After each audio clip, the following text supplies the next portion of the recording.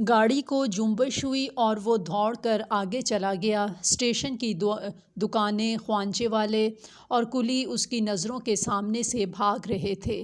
وہ دیر تک کھڑی اسٹیشن کی بتیوں کو، جو اب اندھیری رات میں جگنوں کی طرح چمک رہی تھیں، گھورتی رہی۔ آخر گھوپ اندھیرے میں اس کی نظریں ٹھوکریں کھانے لگیں۔ اب وہ اپنے ڈبے کی طرف متوجہ ہوئی۔ 2 سیٹوں پر 2 عورتیں رنگین لحافوں میں لپٹی ہوئی تھیں اور ان کے ارد گرد بھاری بھرکم بھاری بھاری باکس اور بڑی بڑی پوٹلیاں اس طرح پھیلی ہوئی تھیں کہ کسی کے بیٹھنے کی جگہ ہی نہ تھی۔ تیسری سیٹ پر کونے میں ایک عورت بالکل دبلی پتلی بیٹھی اپنے بچے کو دودھ پلا رہی تھی۔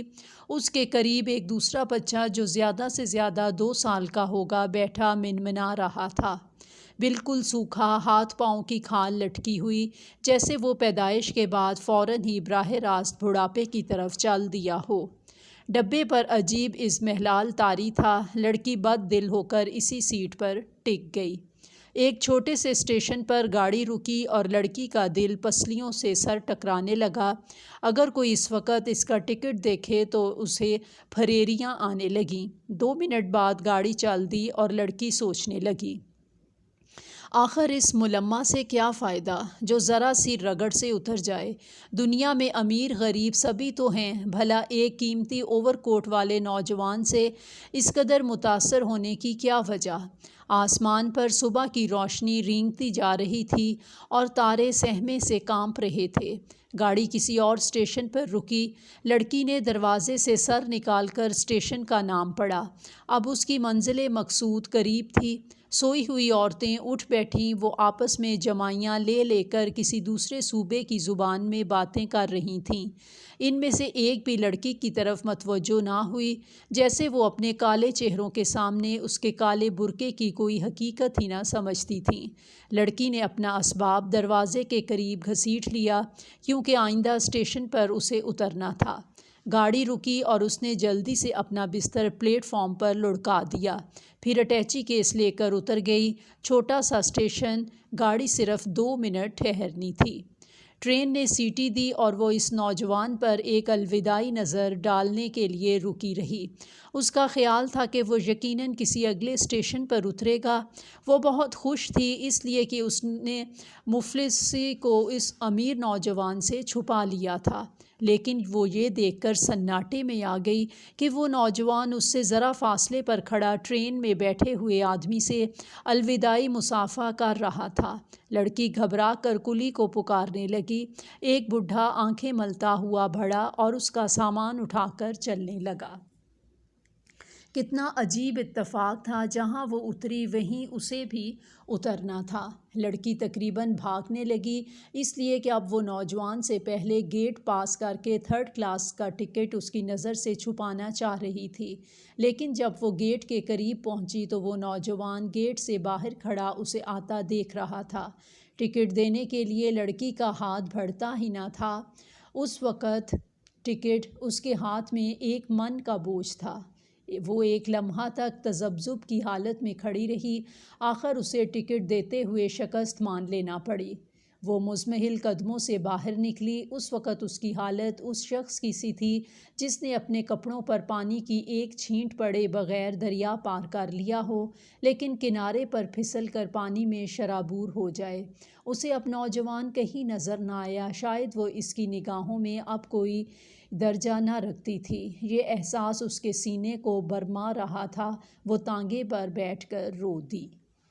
جی بچوں، اب یہ پیراگراف ہو گیا ہے، تو اب اس صفحے کے جو پیراگراف ہم نے پڑھا ہے، اس کے مشکل الفاظ کے ہم معنی کریں گے۔ جی بچوں، اب جو مشکل لفظ آ رہا ہے وہ سب سے پہلے جنبش ہوئی۔ جنبش کا مطلب ہے حرکت میں آنا، یعنی گاڑی چل پڑی۔ اور خوانچے والے، خوانچے کا مطلب ہوتا ہے چھوٹی چھوٹی ریڑیاں جس پر کھانے پینے کی چیزیں ہوتی ہیں۔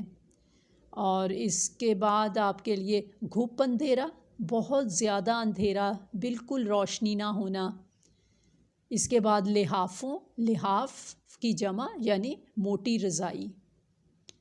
اور پھر اس کے بعد پوٹلیاں، پوٹلیاں کا مطلب ہے تھیلیاں۔ اس کے بعد جو لفظ ہے بچوں اور کون منا رہا تھا یعنی رو رہا تھا آہستہ آہستہ آواز میں، یا بول رہا تھا یعنی منانا آہستہ آہستہ بولنا، اور اضمحلال یعنی عجیب بے چینی، بے چینی اس کا مطلب ہے۔ بد دل، لڑکی بد دل ہو کر، بد دل کا کیا مطلب ہے؟ یعنی برے دل کے ساتھ یا دل میں کوئی افسوس لے کر۔ اور اس کے بعد بچوں جو مشکل لفظ ہے پھریریاں آنے لگیں، ٹھیک ہے، پھریریاں کا مطلب ہے ٹھنڈے پسینے آنا۔ آگے آپ کا لفظ ہے یعنی سبق کا، جو ہمارے سبق کا نام ہے ملمہ، وہ میں نے آپ کو پہلے بھی بتایا تھا، یعنی سونے چاندی کا چڑھاوا، یا کوئی ایسی جیسے اس نے چڑھاوا امیری کا چڑھاوا چڑھایا ہوا تھا، اس کو ملمہ کاری کہتے ہیں۔ صبح کی روشنی رینگتی جا رہی تھی، رینگنا کا مطلب ہے کہ پھیلتی جا رہی تھی۔ منزل مقصود، منزل مقصود کا کیا مطلب ہے؟ یعنی جو اس کا مقصد تھا، مقصود کا مطلب ہوتا ہے مقصد، منزل جہاں اس نے پہنچنا تھا۔ اس کے بعد مشکل لفظ ہیں جمائیاں، جمائیاں جب ہم سو کر اٹھتے ہیں تو اباسی بھی اس کو کہتے ہیں۔ اور اس کے بعد بچوں جو مشکل لفظ آ رہا ہے اسباب، سامان، ٹھیک ہے، اور کیا مشکل لفظ آپ کو لگ رہا ہے؟ یہ اب آپ الفاظ معنی یا تو کتاب پر لکھ لیں یا پھر ایک جو بھی آپ نے رجسٹر کاپی رکھی ہوئی ہے اس پر لکھیں۔ الوداعی نظر، خدا حافظ کہنا۔ اور پھر اس کے بعد مفلسی، غریبی یا غربت، سناٹے میں آ گئی یعنی پریشان ہو گئی، بہت زیادہ پریشان ہو جانا، ایک دم سے گھبرا جانا جی۔ اور اس کے بعد الوداعی بھی ہم نے پہلے بھی کر لیا، مصافحہ کر رہا تھا یعنی ہاتھ ملا رہا تھا۔ پھر اس کے بعد بچوں جو مشکل لفظ ہے اور ایک من کا بوجھ، یعنی بہت زیادہ بوجھ ہونا، بہت زیادہ یعنی جو من ہوتا ہے بہت زیادہ۔ مزمحل، تھکے ہوئے، یعنی مزمحل قدموں سے باہر نکلی، تھکے ہوئے قدموں کے ساتھ۔ سینے کو، یہ احساس اس کے سینے کو برما رہا تھا، برما رہا تھا یعنی بار بار اس کے دل میں کچوکے لگا رہا تھا، یا احساس یہ بار بار اٹھ رہا تھا کہ اسے میری غربت کا پتہ چل گیا۔ جی بچوں، اب اگلا ہم پیراگراف کی طرف اب ہم چلتے ہیں۔ چچا کے ہاں اس کا استقبال صرف اس لیے بڑی گرم جوشی سے کیا گیا کہ اس نے بیمار چچا کی عیادت کے لیے تنہا سفر کیا تھا، لیکن وہ ان گرم جوشیوں کے مقابلے میں بہت سرد دکھائی دے رہی تھی۔ اس نے چائے کی ایک پیالی بہت اسرار پر کڑوی دوا کی طرح پی اور کوٹھے پر دھوپ کھانے چلی گئی۔ اس کے پیچھے چچا زاد بہن بھی آ گئی۔ باجی، یہ برقع تو بڑا اچھا سا بنا ڈالا تم نے۔ وہ اس کا برقع بھی نیچے سے مارے شوق کے اٹھاتی لائی تھی۔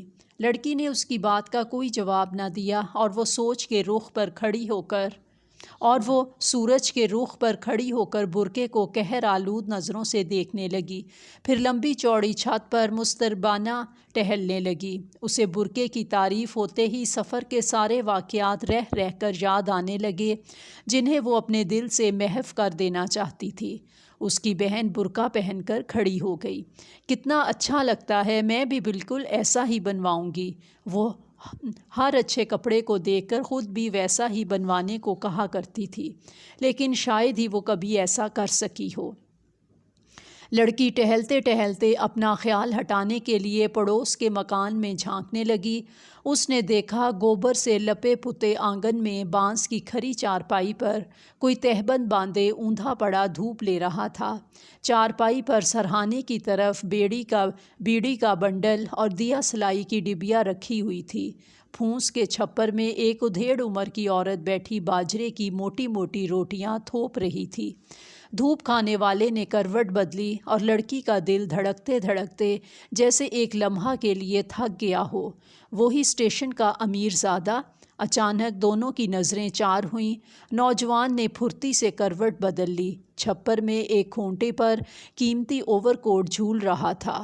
بٹو، اس مکان میں کون رہتا ہے اب؟